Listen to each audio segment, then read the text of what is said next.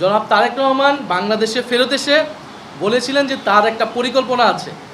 এখন এই যে একটা স্বাধীন সাংবিধানিক প্রতিষ্ঠান হিসেবে নির্বাচন কমিশনকে চাপ প্রয়োগ করা, এটা কি তার পরিকল্পনার অংশ কিনা, এটা কিন্তু জনগণের মনে প্রশ্ন তৈরি হচ্ছে।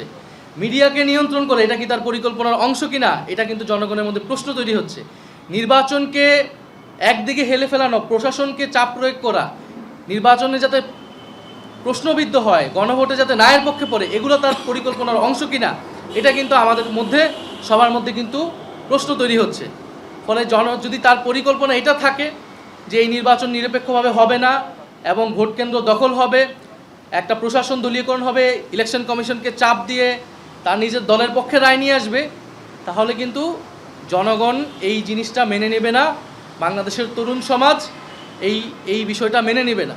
ফলে আমরা বলবো যে বাংলাদেশকে নিয়ে এবং তার পরিকল্পনা এটাও কিনা যে ঋণ খেলাপিদের সংসদে নিবে, দ্বৈত নাগরিকতা যাদের রয়েছে তাদেরকে সংসদে নিবে, যারা আবারও ঋণ খেলাপি হবে, যারা আবারও টাকা লুট করবে, ব্যাংক লুট করবে এবং টাকা পাচার করবে তাদের ওই ভিন্ন দেশে।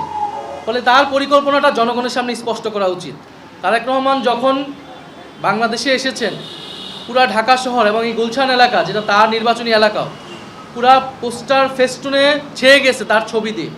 এখন আমাকে ওই যে বলা হয়েছে যে আমার ছবি যেহেতু ব্যবহার করা হয়েছে, তার মানে এটা আমি নির্বাচনী প্রচারণা করতেছি। তাহলে এটা বাংলাদেশের আইনে, আরপিএর কোন আইনে আছে, এটা ইলেকশন কমিশনের বলা উচিত। তাহলে ছবি কে ব্যবহার করতেছে না, তারেক রহমানের ছবি পুরো ঢাকা শহরে, পুরো বাংলাদেশে ব্যবহৃত হচ্ছে, অনেক প্রার্থীদের ছবি ব্যবহার হচ্ছে, তাহলে তাদের বিরুদ্ধে ব্যবস্থা নিতে হবে।